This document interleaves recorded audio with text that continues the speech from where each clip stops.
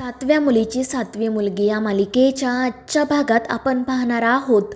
नेत्रा अस्तिकाच्या पोटात लाथ मारून तिला खाली पाडते, मात्र अस्तिका पुन्हा उठून उभी राहते. ती अद्वैतला म्हणत असते की त्रेतायुगामध्ये तू विरोचकासोबत गद्दारी केली आणि कलियुगामध्ये सुद्धा तू तेच केलं.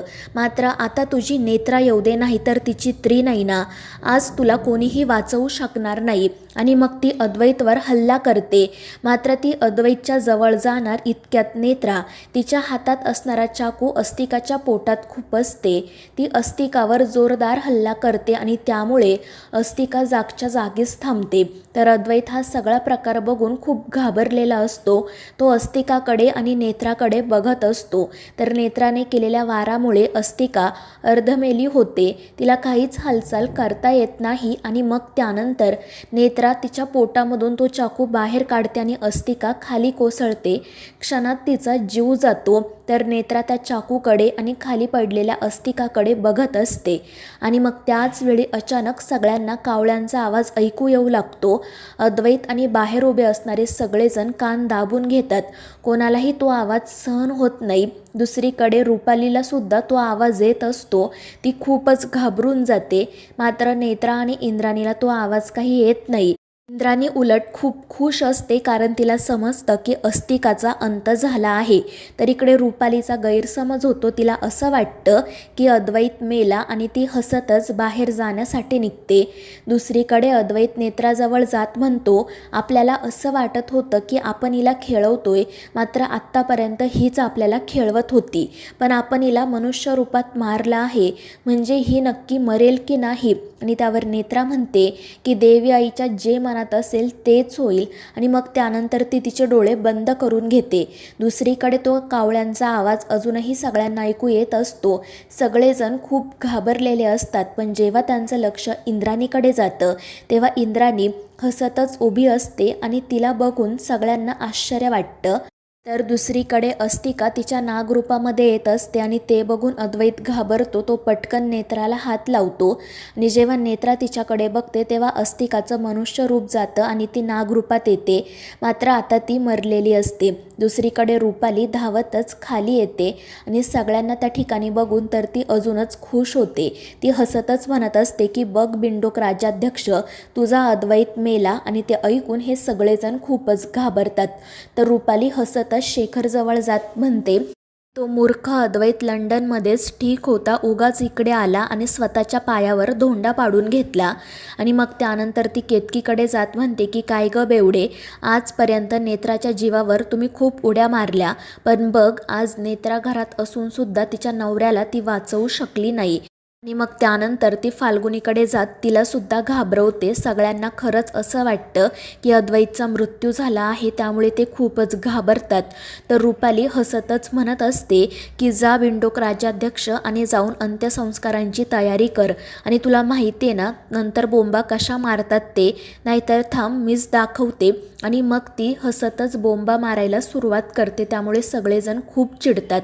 मात्र तितक्यात त्या रूममधून अद्वैत बाहेर येतो आणि त्याला जिवंत पाहून रुपालीच्या पायाखालची तर जमीनच सरकते.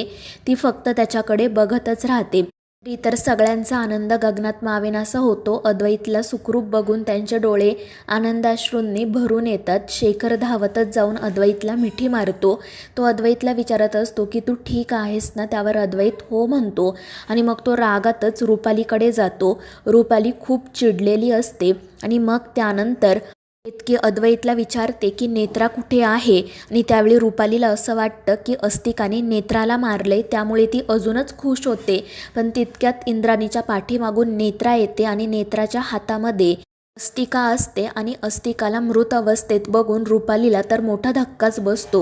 इतर सगळेजण सुद्धा घाबरलेले असतात. पण जेव्हा त्यांना समजतं की अस्तिका आता मरली आहे तेव्हा ते खूपच खुश होतात. रुपाली रागातच नेत्राकडे बघत असते आणि त्यावेळी तिला नेत्रामध्ये साक्षात त्रिनयना देवीचं दर्शन होतं. त्यामुळे ती 4 पावलं मागे सरकते. तर नेत्रा एका हातामध्ये साप आणि दुसऱ्या हातामध्ये तो सुरा घेऊन रुपालीकडे जाते. ती रुपालीच्या समोर त्या अस्तिकाला घेऊन उभी असते. रुपाली एकदा अस्तिकाकडे आणि एकदा नेत्राकडे बघत असते तर नेत्रा म्हणते की काय बघतीयस, बघ तुझी सेविका तुझ्या सेवेसाठी हजर आहे. आणि मग रुपाली अस्तिकाला तिच्या हातात घेते. ती म्हणत असते की अस्तिका उठ, आपल्याला हे युद्ध जिंकायचं आहे. पण अस्तिका जागची हालत नाही. तर नेत्रा म्हणत असते काय झालं, तुझ्याकडे माझ्या मनोरमा आजीची शक्ती आहे ना, मग कर या अस्तिकाला जिवंत.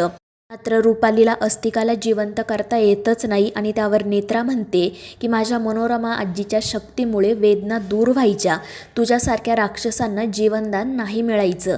मागच्या वेळी माझ्याकडून चूक झाली, मी अस्तिकाला जिवंत सोडलं, पण आता मी माझी चूक सुधारली आहे आणि तिला अनंतात विलीन केलं आहे. आणि ते ऐकून रुपाली खूप चिडते. तर इतर सगळ्यांच्या चेहऱ्यावरून आनंद ओसंडून वाहत असतो आणि मग त्यानंतर रुपालीच्या हातामध्ये असणारा तो नाग गायब होतो, जणू काही तो अनंतात विलीन होतो. आणि त्यामुळे सगळेजण खूप खुश होतात आणि देवी आईचे आभार मानतात.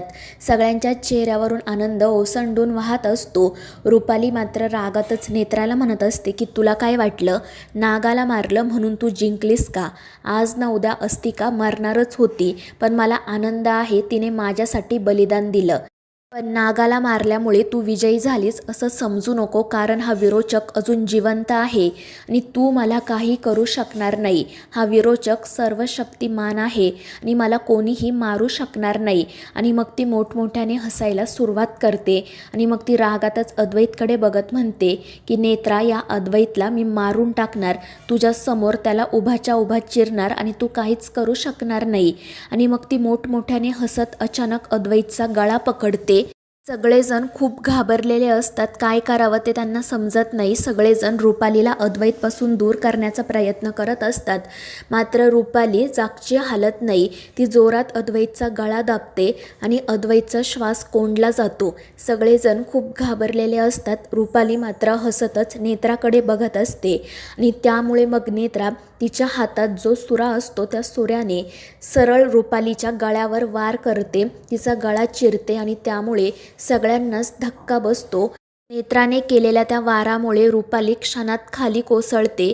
तिच्या गळ्यामधून रक्त वाहत असते, त्यामुळे सगळेजण खूप घाबरतात. तर ते सगळं रक्त नेत्राच्याही चेहऱ्यावर उडालेले असते. तर मित्रांनो, या मालिकेच्या पुढील भागांच्या अपडेट्ससाठी आपल्या चॅनेलला सबस्क्राईब करा.